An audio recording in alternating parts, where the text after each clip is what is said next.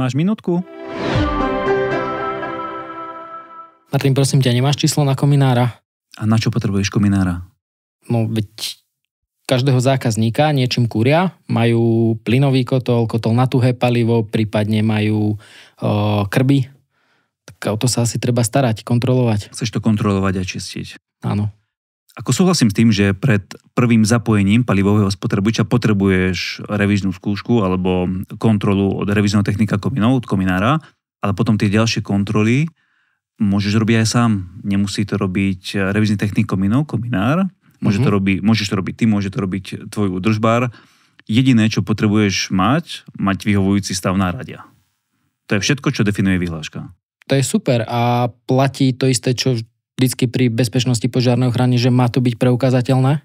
Samozrejme, tak z každej tej kontroly si urob záznam v nejakom denníku, ktorý si budeš viesť. Urob si z toho fotku, aby si vedel, v akom stave to je a to je všetko. OK, a je takáto kontrola mnou vykonaná alebo tým mojim údržbárom akceptovaná aj napríklad v poisťovni?